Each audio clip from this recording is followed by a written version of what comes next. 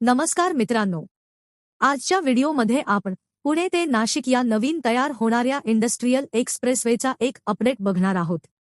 या एक्सप्रेसवेच्या 213 किलोमीटर अंतरासाठीच्या भूसंपादनाला आता सुरुवात होणार असून या एक्सप्रेसवेचे एकूण 3 टप्पे असणार आहेत। याविषयी संपूर्ण माहिती आज आपण बघणार आहोत। मित्रांनो, व्हिडिओमध्ये पुढे जाण्याआधी आपण जर आपल्या चॅनलवर नवीन असाल तर चॅनलला सबस्क्राइब करायला विसरू नका।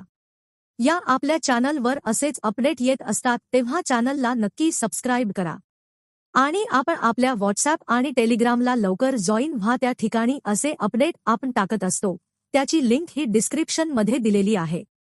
मित्रांनो, महाराष्ट्र राज्य रस्ते विकास महामंडळाने अर्थात MSRDCने राज्यातील 4217 किलोमीटर लांबीचे रस्ते विकसित करण्याचा निर्णय घेतला आहे। याच प्रकल्पाअंतर्गत पुणे ते नाशिक औद्योगिक महामार्ग हा 180 किलोमीटर लांबीचा बनवण्यात येणार होता, पण आता तो एकूण 213 किलोमीटर लांबीचा असणार आहे।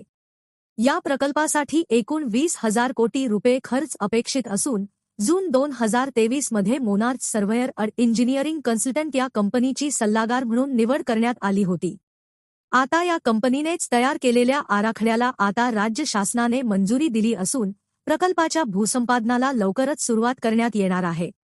पुणे नाशिक औद्योगिक महामार्गादरम्यान राजगुरू नगर, चाकण, मंचर, नारायणगाव, आळेफाटा, घारगाव, संगमनेर आणि सिन्नर भाग जोडला जाणार आहे।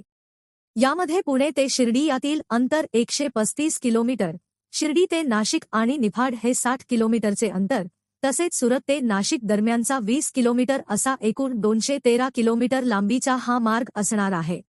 पुणे ते नाशिक एक्सप्रेसवेमुळे केवळ कनेक्टिव्हिटी सुधारेल असे नाही तर सुमारे 20,000 कोटी रुपये खर्चून पुणे, नगर आणि नाशिक जिल्ह्यातील औद्योगिक विकासाला लक्षणीय चालना मिळणार आहे।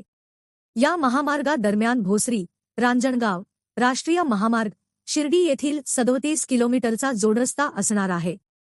महाराष्ट्र राज्य रस्ते विकास महामंडळाच्या माध्यमातून 4217 किलोमीटर लांबीच्या महामार्गाचा विस्तार करण्यात येणार आहे। हा महामार्ग एकूण 3 टप्प्यात विभागला जाणार आहे। प्रवास सुरळीत होण्यासाठी महामार्गाचे 3 वेगवेगळ्या विभागात विभाजन केले जाणार आहे। पहिला विभाग पुणे ते शिर्डी पर्यंत धावेल आणि 135 किलोमीटरचे अंतर कापेल।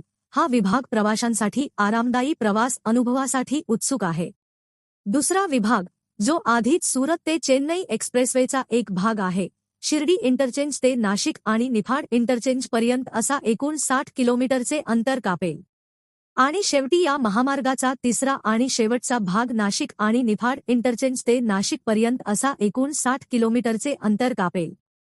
हा विभाग आधीच विद्यमान नाशिक आणि निफाड राज्य महामार्गाचा एक भाग आहे आणि प्रवाशांना त्रासमुक्त प्रवासाचा अनुभव सुनिश्चित करण्यासाठी श्रेणी सुधारित होण्याची अपेक्षा आहे। तर मित्रांनो, यावर तुमचे काय विचार आहेत ते आम्हाला कमेंट करून नक्की कळवा। आणि आपला आजचा व्हिडिओ आपल्याला इन्फॉर्मेटिव्ह वाटला असेल तर व्हिडिओला लाईक करा आणि चॅनलला नक्की सबस्क्राइब करा। आपण परत भेटू एका नवीन व्हिडिओमध्ये। धन्यवाद।